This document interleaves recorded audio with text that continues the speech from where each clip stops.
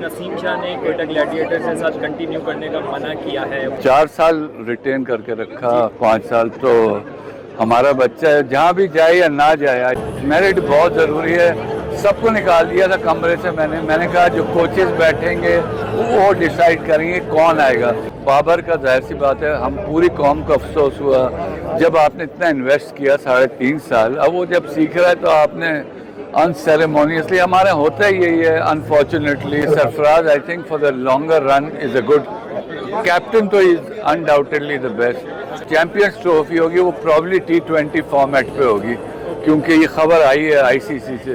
PSL आमद है और फ्रेंचाइज से न्यूज़ आ रही हैं। आज एक न्यूज़ ब्रेक हुई है कि नसीम शाह ने कोयटा ग्लैडिएटर्स के साथ कंटिन्यू करने का मना किया है। वो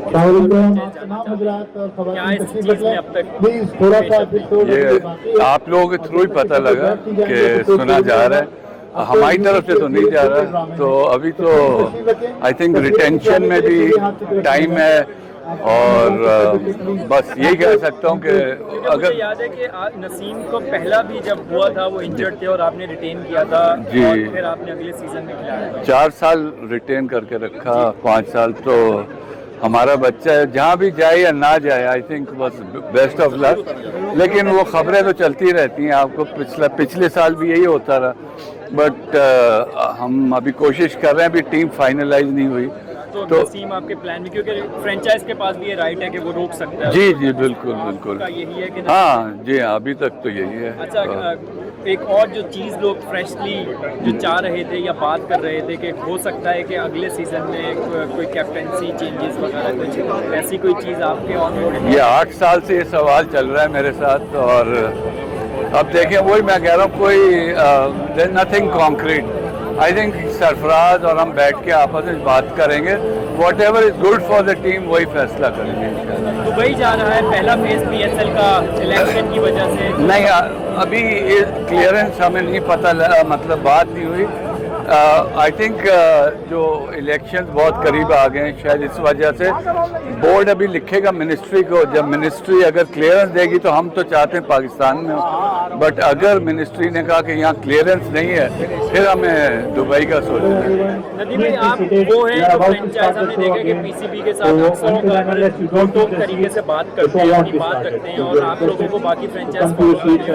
अभी जो करंटली बोर्ड का जो सिनेरियो चल रहा है, चीज़ें चल रही हैं, उसमें आप लोग अपने आप फ्रेंचाइज सेटिस्फाई हैं या समझते हैं जो बड़ी फ्रीक्वेंटली चेंजेस आ रहे हैं चीज़ों में मैनेजरियली, आप भी डिस्टर्ब हैं इससे?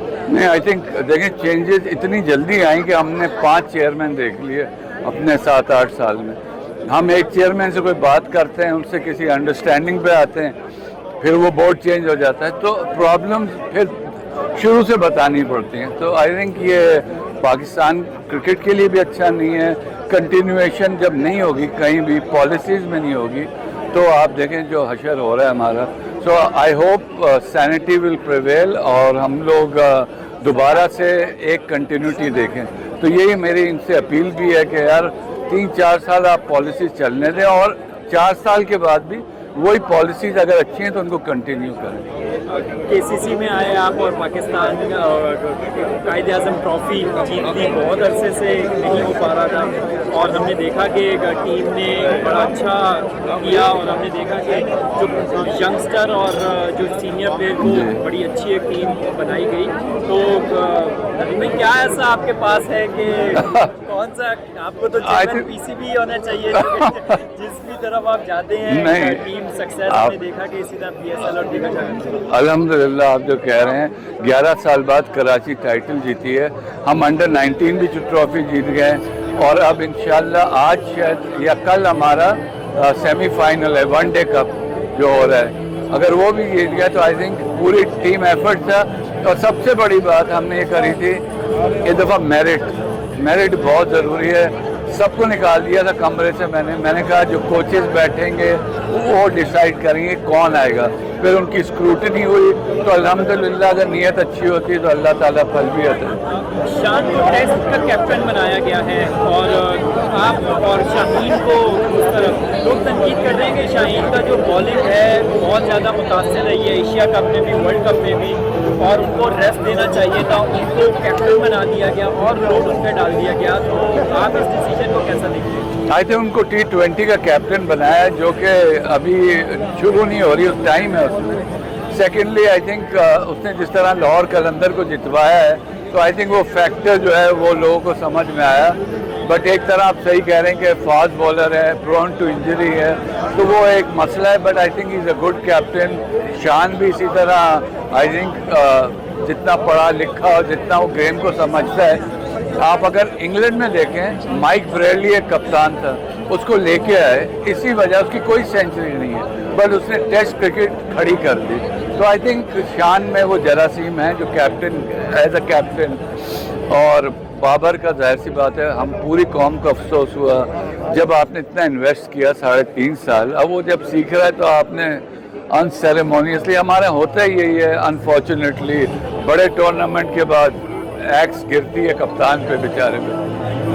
आखिरी क्वेश्चन करूँगा, 2025 में जो है पाकिस्तान चैंपियंस ट्रॉफी होस्ट कर रहा है, वनडे का एक बहुत बड़ा इवेंट होने जा रहा है पाकिस्तान में। आईसीसी इवेंट काफ़ी अर्से से नहीं हुआ, तो आप समझते हैं कि वनडे की टीम में, जैसे हमने देखा था कि चैंपियंस ट्रॉफी में टीम सरफराज को मिली थी और सरफराज ने उस फॉर्मेट में, अभी वनडे का अनाउंस नहीं किया गया, तो अगर चैंपियंस ट्रॉफी की प्लानिंग की जाए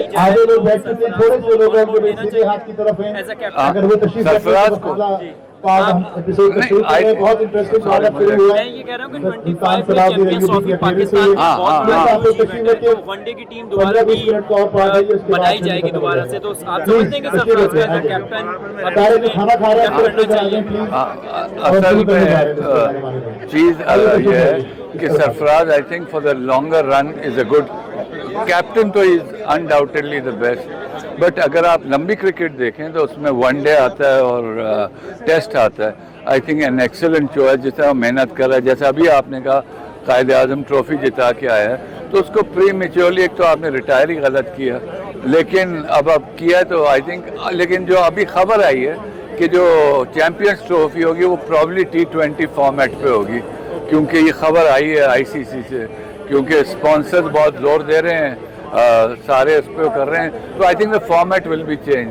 तो जो भी कप्तान बने, best of luck Pakistan. Thank you.